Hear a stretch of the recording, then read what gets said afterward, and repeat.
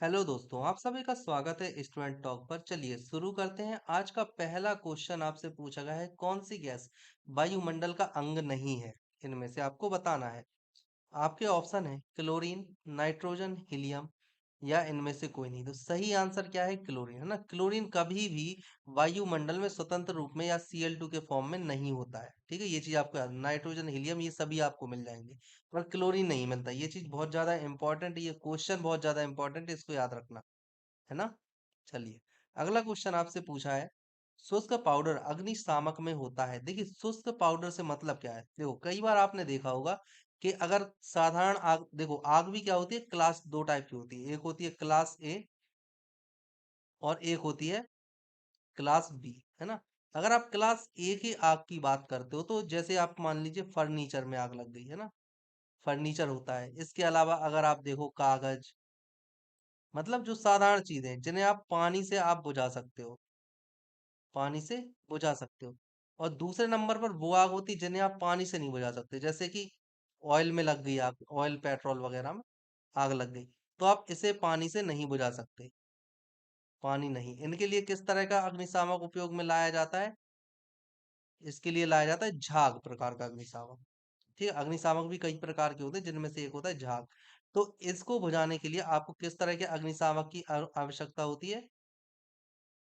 झाग, अग्निशामक। ये भी एक तरह का क्वेश्चन है जो पूछा गया है। अग्निशामक द्वारा बुझाया जाता है। अब देखो, कई बार आपने देखा होगा कि जो CO2 सिलेंडर होते हैं, सिलेंडर जो आपने अक्सर पेट्रोल पंप पर रखे हुए देखे होंगे, या फिर हर जगह मल्टी में, मॉल में, हॉस्पिटल्स में आपने इस तरह के सिलेंडर देखे होंगे। एक तो ये होता है जिनका आप उपयोग कर सकते हो, और दूसरा आपने देखा होगा जो पेट्रोल पंप होते हैं, पेट्रोल पंप, है ना। पेट्रोल पंप में कुछ बाल्टी रखी होती हैं, बाल्टी होती हैं, जिसमें कि क्या रखी होती है? मिट्टी। आपने देखा होगा, लेकिन आपको लगता होगा मिट्टी है, पर वो सिर्फ मिट्टी नहीं होती। एक्चुअल में उनमें मिट्टी के साथ साथ में NaHCO3 भी होता है। जैसे ही जैसे ही NaHCO3 वायु के साथ में आता है, जैसे NaHCO3 ये आया, वायु नहीं, ये क्या होता है? ये जलाया जाता है, तो इससे क्या होता है? CO2 गैस निकलती है। ओके, जब ये CO2 गैस निकलेगी तो ये क्या करती है? पदार्थ को ढक लेगी, पदार्थ को ढक लेती है। और ढकने के पश्चात क्या होता है? जो पदार्थ का संबंध है, पदार्थ नहीं, सॉरी, आग लिख लेना, कि जो आग का संबंध है वो वायु से अलग तोड़ देती है। यहाँ पर आपको याद रखना है, आग वायु संबंध, आग वायु संबंध तोड़ देती है, जिसकी वजह से आग बुझ जाती है ना। तो आपने जो पेट्रोल पंप पर बाल्टी रखी हुई देखी है मिट्टी की, वो केवल मिट्टी नहीं होती है, उसमें सोडियम बाई कार्बोनेट या फिर इसे हम बोलते हैं बेकिंग सोडा, है ना, ये भी मिला हुआ होता है। तो आपको ये याद रखना है, ये बहुत ज्यादा इंपॉर्टेंट क्वेश्चन है। ओके, अगला क्वेश्चन आपसे पूछा गया है, साबुनीकरण प्रक्रिया में प्राप्त अल्कोहल कौन सा होता है? मिथाइल अल्कोहल होता है, जहरीला होता है, ये नहीं होता है। एथिल अल्कोहल मतलब अल्कोहल जो पीने योग्य होता है, ये भी नहीं होता। कास्ट स्प्रिट नहीं होती, क्या होती है? ग्लिसरॉल। ठीक है, ये आपको याद रखना है, ग्लिसरॉल होती है। और ग्लिसरॉल का यदि आप फॉर्मूला भी याद रखते हो तो बहुत ज्यादा अच्छी बात है, क्योंकि ये एक बहुत ज्यादा इंपॉर्टेंट कंपोनेंट है जो कि कई जगहों पर इस्तेमाल में लाया जाता है। तो आप इसका फॉर्मूला याद रखना, C3H8O3, है ना। ये चीज आपको याद रखनी है, ये होता है ग्लिसरॉल का फॉर्मूला। चलिए, अगला क्वेश्चन है, हाइड्रोजन स्पेक्ट्रम की व्याख्या सबसे पहले किसने की थी? देखो, सबसे पहली बात तो आपको पता होना चाहिए स्पेक्ट्रम क्या होता है ना। अब देखो, क्या होता है, एक तो होता है परमाणु शांत अवस्था में, है ना, शांत अवस्था, और एक होती है परमाणु की उत्तेजित अवस्था, परमाणु उत्तेजित अवस्था। ठीक है, अब ये दो तरह की अवस्थाएं होती हैं, फर्स्ट कंडीशन होती है और ये होती है सेकंड कंडीशन। ठीक है ना। अब जब आप परमाणु शांत अवस्था में होता है तो वह अपनी जमीनी अवस्था में होता है, मतलब कि एक अपनी जो उसकी नेचुरल कंडीशन है उसमें है। लेकिन जब आप किसी तरह से इस परमाणु को क्या दे देते हो? ऊर्जा, मतलब एनर्जी। एनर्जी जब ये ले लेता है तो ये चला जाता है उत्तेजित अवस्था में। अब उत्तेजित अवस्था में जाने के बाद वापस जब ये उत्तेजित अवस्था से आता है, इस तरह से जब ये वापस उत्तेजित अवस्था से शांत अवस्था में आएगा, वापस उत्तेजित से शांत अवस्था में लौटता है। लौटता है तो क्या करता है? लौटता है तो कुछ रेखाएं उत्सर्जित करता है, कुछ रेखाओं को उत्सर्जित करता है, उत्सर्जित करता है ना? इन रेखाओं को उत्सर्जित करता है, तो इसी को हम क्या बोल देते हैं? इन्हीं रेखाओं को हम बोल देते हैं स्पेक्ट्रम। समझ गए? तो यहाँ पर जो याद रखना है वो केवल दो चीजें होती हैं। एक चीज तो आपको ये याद रखना है कि जो स्पेक्ट्रम बनता है वो बनता है जब उत्तेजित से शांत अवस्था में आता है, ना कि शांत से उत्तेजित अवस्था में जाने पर बनता है ना? किसमें बनता है? जब उत्तेजित अवस्था से शांत अवस्था में आता है, मतलब कि निचली अवस्था में, उच्च स्तर से जब निम्न स्तर में आता है तब स्पेक्ट्रम बनता है। और आपसे पूछा गया है हाइड्रोजन स्पेक्ट्रम की व्याख्या किसने की थी? ये इसलिए इंपॉर्टेंट है क्योंकि सबसे पहले इसी की व्याख्या की थी। तो हाइड्रोजन स्पेक्ट्रम की जो व्याख्या है वो मेनली किसने की थी? नील बोर के द्वारा, है ना? ऑप्शन डी आपको ये याद रखना है कि हाइड्रोजन स्पेक्ट्रम की व्याख्या नील बोर ने की थी, और स्पेक्ट्रम क्या होता है ये मैंने आपको बता दिया है ना? ये चीज भी आपको याद रखनी है। चलिए अगला क्वेश्चन है, दाहक सोडा कैसा होता है? दाहक सोडा, दाहक सोडा को एक दूसरा नाम भी होता है। दाहक सोडा का एक दूसरा नाम है NaOH। इसी को हम बोल देते हैं क्या? दाहक सोडा। ओके, समझ रहे हो आप? NaOH को ही दाहक सोडा बोलते हैं, और इसका एक और नाम होता है, क्या होता है? Caustic, caustic soda, sodium hydroxide. ये क्या होता है? ये होता है प्रबल क्षार। क्षार कौन सा? ब्रोस्टेड लॉरी क्षार, है ना? अब आपसे यहाँ पर ऑप्शन पूछे गए, प्रस्वेदी, उत्फुल, अपचायक या ऑक्सीकारक। तो देखो, सबसे पहली चीज तो ये है कि ये कोई अपचायक या कोई ऑक्सीकारक होता नहीं है, ये हम दोनों जानते हैं, मैं और आप, ठीक है? अब बचते हैं दो, प्रस्वेदी और उत्फुल्ल। अब देखो, प्रस्वेदी का मतलब क्या होता है? प्रस्वेदी का मतलब होता है एक ऐसा पदार्थ, ऐसा पदार्थ जो वायु या आसपास का जो वातावरण है, वायु से पानी को क्या करता है? अवशोषित करता है ना? उसे हम क्या बोलते हैं? उसे हम बोलते हैं प्रस्वेदी, मतलब वायु से पानी को सोख ले, जो सोख ले या अवशोषित करे, उसे हम बोलते हैं प्रस्वेदी। और उत्फुल्ल का मतलब क्या होता है? उत्फुल्ल का मतलब होता है जो पदार्थ, वह पदार्थ जो वायु में पानी छोड़ देता है, छोड़ देता है, उसे हम बोलते हैं उत्फुल्ल। तो जो हमारे पास में दाहक सोडा है, प्रस्वेदी पदार्थ होता है, ठीक है, ना कि उत्फुल्ल। ये चीज आपको याद रखनी है ना? ये और ये भी याद रखना है, प्रस्वेदी क्या कहलाता है और उत्फुल्ल क्या होता है? जो पानी को सोख लेता है, और यहाँ पर जो पानी छोड़ देता है, ये पानी को सोख कर पानी की तरह बह जाते हैं। और जो उत्फुलक होते हैं, ये पानी को छोड़कर कठोर हो जाते हैं। ठीक है, चलिए अगला क्वेश्चन, साबुन बनाने में निहित प्रक्रिया कौन सी होती है? देखो, साबुन बनाने में क्या करोगे आप? ये कॉमन सेंस है यार, हम सभी जानते हैं साबुन बनाने की प्रक्रिया साबुनीकरण कहलाती है। ठीक है ना? सही सही है। बहुलक बनाने की प्रक्रिया बहुलकीकरण कहलाती है ना? हम सभी जानते हैं। चलिए अगला क्वेश्चन आपसे पूछा है, फॉर्मेलिन एक जलीय विलयन है। फॉर्मेलिन एक जलीय विलयन है, किस चीज का? फ्रक्टोज का, एथेनॉल का, मेथेनॉल का, या नाइट्रिक एसिड का? तो सही आंसर यहाँ पर क्या है? Option option C, formalin. Formalin आप आराम से जानो, जैसे फॉर्मिक होता है या फॉर्मेलिन होता है, उसमें केवल एक कार्बन होता है। जैसे ही फॉर्म लग जाए ना, वहां पर क्या होगा? ओनली वन कार्बन,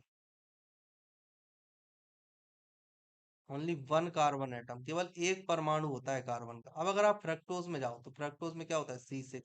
एथेनॉल में जाओ तो C2 होगा, मीथेनॉल में केवल C होगा, नाइट्रिक एसिड में तो होता ही नहीं है, HNO3 होता है। तो केवल एक कार्बन किसमें है? मेथेनॉल में, इसलिए मेथेनॉल हो जाएगा। ओके, चलिए अगला क्वेश्चन, जैसे आपने एक चीज और पढ़ी होगी, फॉर्मेल्डिहाइड आप पढ़ते हो, क्या पढ़ते हो? फॉर्मेल्डिहाइड। एक आप पढ़ते हो फॉर्मिक एसिड। फॉर्मिक क्या होता है? HCOOH, एक ही है। फॉर्मेल्डिहाइड क्या होता है? HCHO,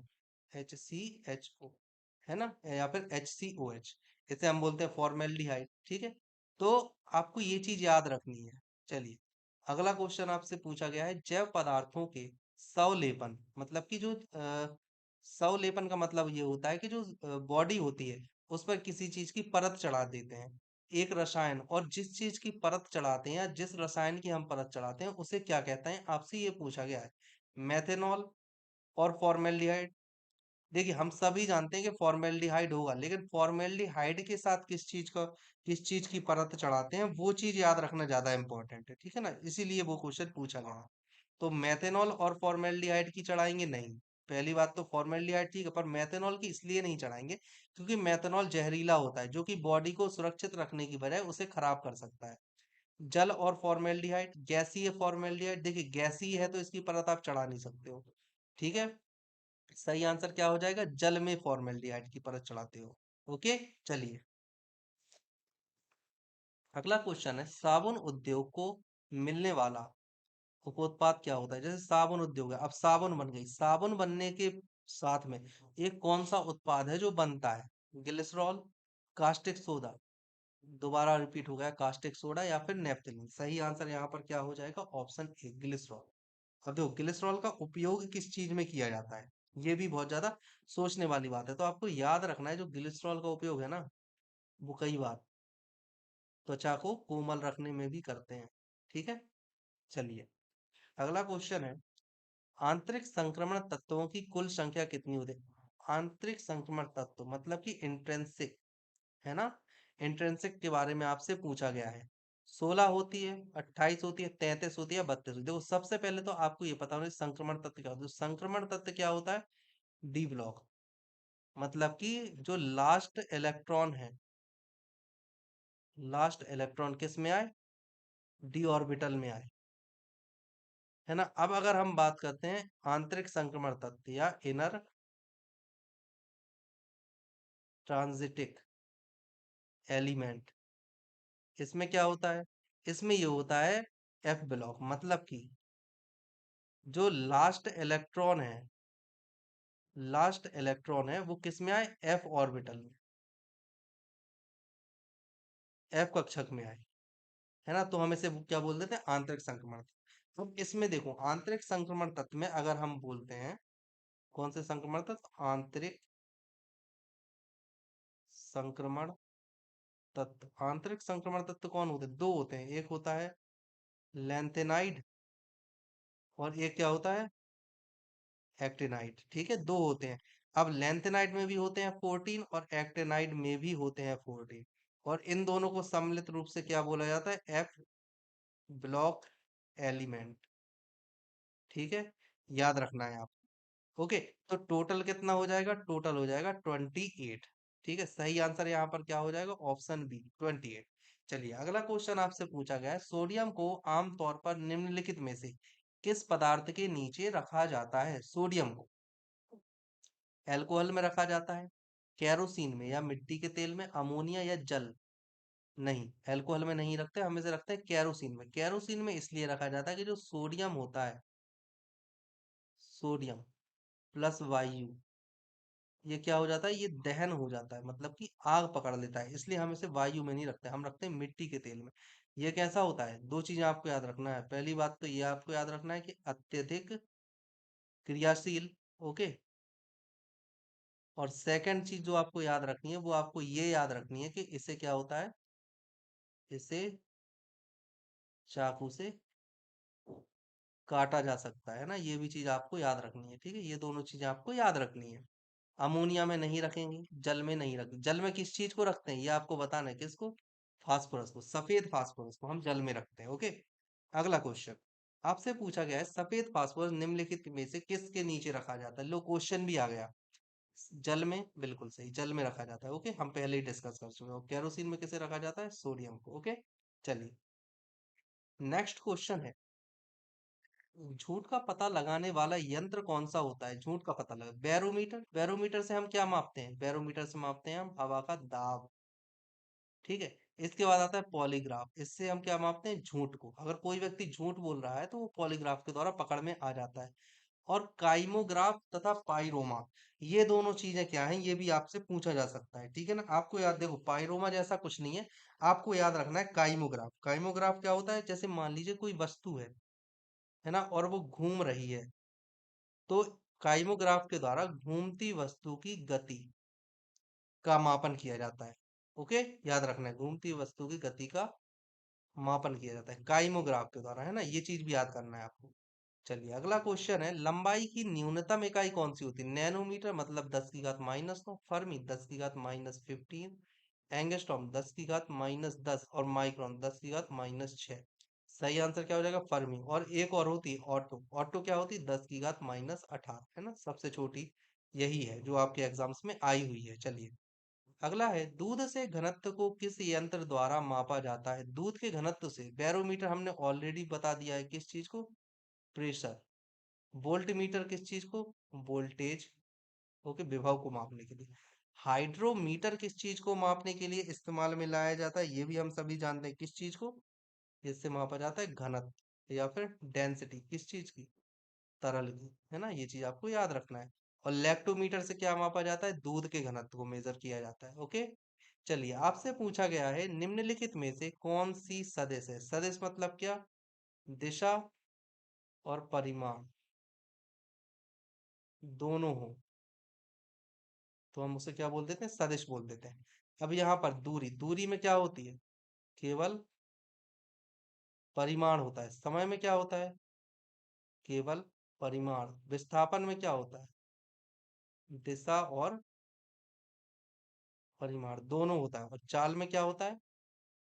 केवल परिमाण। तो सदिश यहाँ पर क्या हो जाएगा? विस्थापन। ओके, चलिए अगला क्वेश्चन है, रक्त दाब नापने वाले यंत्र को क्या कहते हैं? स्फिग्नोमैनोमीटर। बिल्कुल सही। रक्त दाब कौन मापता है? स्फिग्नोफैनोमीटर। अमीटर क्या मापता है? करंट या धारा। बोलोमीटर क्या नापता है? बोलोमीटर नापता है टेम्परेचर, हाई टेम्परेचर को। बैरोमीटर क्या मापता है? प्रेशर को। ठीक है, ये चीज भी आपको याद होनी चाहिए। यहाँ पर बोलोमीटर को आप पढ़ लेना, बैरोमीटर तो आप पता होगा आप सभी को। चलिए आपसे पूछा गया है, गैसों का दाब मापने के लिए किसका, गैसों का दाब मापने के लिए किसका उपयोग किया जाता है? हाइग्रोमीटर, फोनोमीटर, पेडोमीटर या मैनोमीटर का उपयोग किया जाता है? सही आंसर है मैनोमीटर का उपयोग किया जाता है गैसों का दाब मापने के लिए। लेकिन फेदोमीटर से क्या मापते हैं? फेदोमीटर से हम मापते हैं सी की या समुद्र की गहराई। ठीक है ना, सी की गहराई मतलब समुद्र की गहराई को मापते हैं। फोनोमीटर से हम क्या करते हैं? ध्वनि का मापन करते हैं। किस चीज का मापन करते हैं हम फोनोमीटर से? ध्वनि का मापन करते हैं। और अगर हम हाइग्रोमीटर की बात करते हैं तो इससे क्या मापते हैं? हवा की नमी को मापा जाता है। हाइग्रोमीटर से क्या मापते हैं? हवा की नमी को। वहीं अगर हम फोनोमीटर की बात करते हैं तो इससे क्या मापते हैं? ध्वनि मापन, है ना, ध्वनि मापने में इस्तेमाल किया जाता है। ओके, चलिए अगला क्वेश्चन है, ध्वनि की तीव्रता मापने का यंत्र कौन सा होता है? क्रोनोमीटर होता है। क्रोनोमीटर हम ऑलरेडी देख चुके हैं कि किस चीज को मापने के लिए इस्तेमाल में लाया जाता है? किस चीज को मापने के लिए? समय को। क्रोनोमीटर से हम क्या मापते हैं? समय मापन। कहाँ पर? पानी के जहाजों पर। क्योंकि पानी के जहाजों पर आपने देखो ये चीज देखा होगा, हमारे जो टाइम जोन है, हमारे यहाँ पर टोटल 24 टाइम जोन है ना। और हर एक देश में कई टाइम जोन देखे जा सकते हैं। जैसे अगर हम रशिया की बात कर लेते हैं, मान लीजिए रशिया, ठीक है, रशिया की बात की, यहाँ पर कितने हैं? 12 है। वहीं अगर हम यूएसए की बात कर लेते हैं, यहाँ पर कितने हैं? 7 टाइम जोन है। और अगर हम यूक्रेन की बात करें, वहां पर भी 2 टाइम जोन मिल जाए। कनाडा की बात करें, वहां पर 5 टाइम जोन मिल जाते हैं। तो कहने का मतलब ये है, जब जहाज पानी में होता है तो उसे समय का पता नहीं होता। उसे पता नहीं होता है कि वो किस देश की बॉर्डर में जा रहा है। या फिर जहाज को ये मालूम नहीं होता कि वो ग्रीन विश जो लाइन होती है, ग्रीनविच लाइन, उसे कहाँ पर कट कर रहा है और कहाँ पर कट नहीं कर रहा है। तो ऐसी कंडीशन में पानी वाले जहाजों को समय का ठीक अंदाजा हो, इसलिए जरूरी है कि उनके पास क्रोनोमीटर हो, उनके पास एक अलग उपकरण हो। वो साधारण घड़ी के द्वारा समय मैच नहीं कर सकते। ओके, इसलिए क्रोनोमीटर का इस्तेमाल किया जाता है। कहाँ पर? पानी के जहाजों में। ठीक है, ये चीज आपको याद रखनी है। अब दूसरा आता है ऑडियोमीटर। ऑडियोमीटर के द्वारा हम क्या मापते हैं? ध्वनि, है ना, आवाज। आवाज को हम मापते हैं ऑडियोमीटर के द्वारा। वहीं अगर हम बात करते हैं, यहाँ पर मैं लिख देता हूँ आवाज या ध्वनि। वहीं अगर हम बात करते हैं एनेमोमीटर, तो एनेमोमीटर के द्वारा क्या मापा जाता है? हवा की गति को। किस चीज को? हवा की गति मापन की जाती है एनेमोमीटर के द्वारा। तो ध्वनि की तीव्रता आप किसके द्वारा मापोगे? ऑडियोमीटर के द्वारा, है ना, ऑप्शन बी सही है। ऑडियोमीटर के द्वारा आप मापन करोगे। चलिए अगला है, प्रतिस्थापन अभिक्रिया निम्न में से किसका गुण होती है? प्रतिस्थापन अभिक्रिया। प्रतिस्थापन अभिक्रिया क्या होती है? जैसे मान लीजिए आपने लिया NaOH और एक तरफ लिया आपने HCl, ठीक है, तो यहाँ पर क्या हुआ, यहाँ पर हुआ NaCl और यहाँ पर H2O बन गया। तो ये क्या हुआ, ये प्रतिस्थापित हो गए। जो OH है, OH को Cl ने, या आप ये बोलो कि OH को H को प्रतिस्थापित कर दिया है Na ने, है ना, ऐसा भी आप बोल सकते हो। तो इस तरह की जो अभिक्रिया होती है इसे हम बोल देते हैं प्रतिस्थापन अभिक्रिया। ठीक है, तो एल्कीन में किसी भी तरह की प्रतिस्थापन अभिक्रिया नहीं होती। रीजन मैं बताता हूँ। एल्कीन में होता है डबल बॉन्ड, ठीक है ना।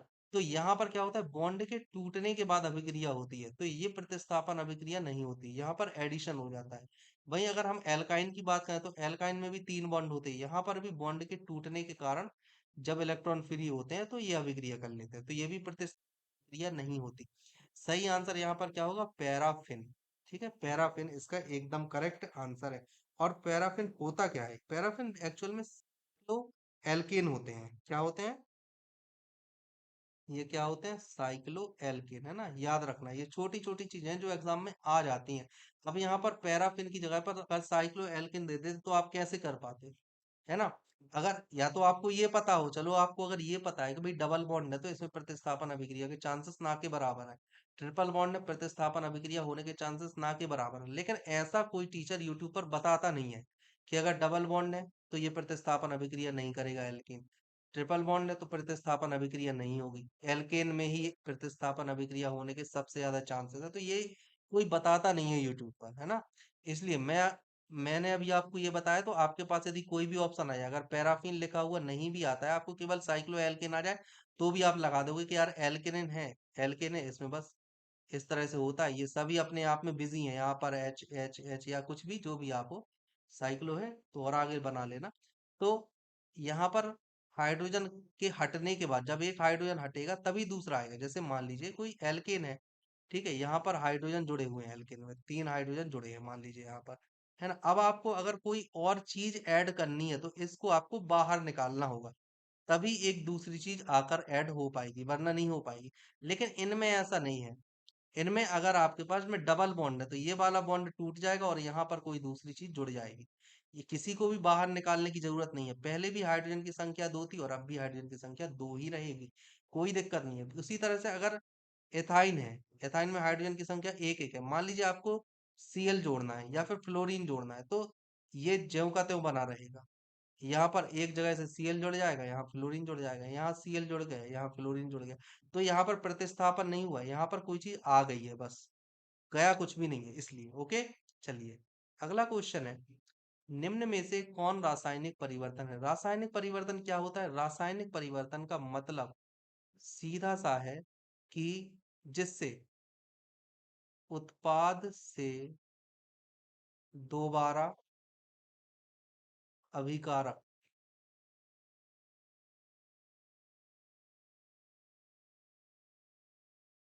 ना बनाए जा सके।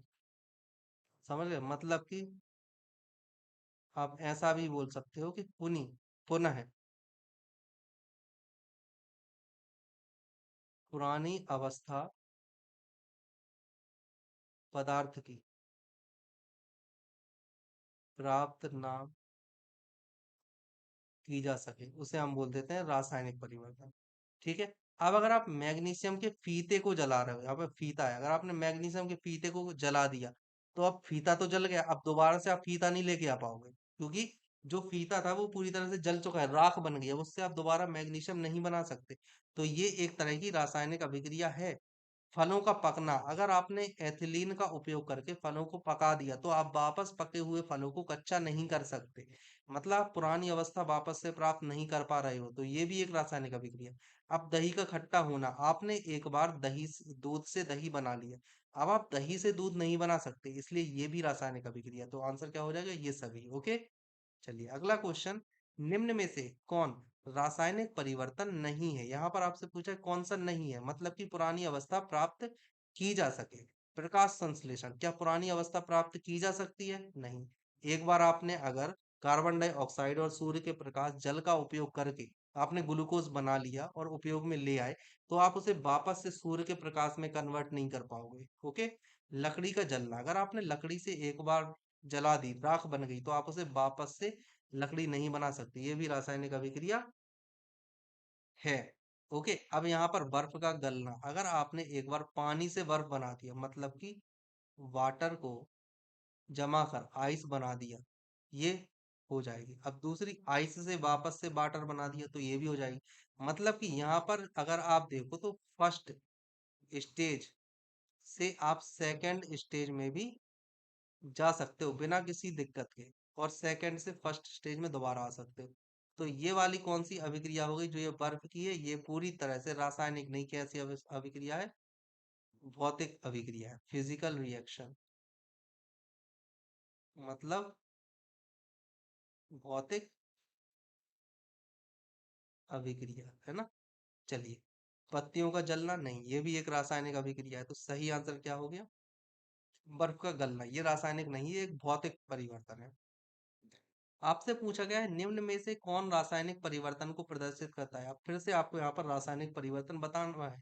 लोहे का चुंबकत्व, बिल्कुल, अगर लोहा चुंबकीय हो गया मतलब उसका इलेक्ट्रॉनिक विन्यास एक निश्चित क्रम में कर दिया है आपने, है ना, तो आप उसे दोबारा से अव्यवस्थित नहीं कर पाओगे। तो ये एक तरह की रासायनिक अभिक्रिया हुई।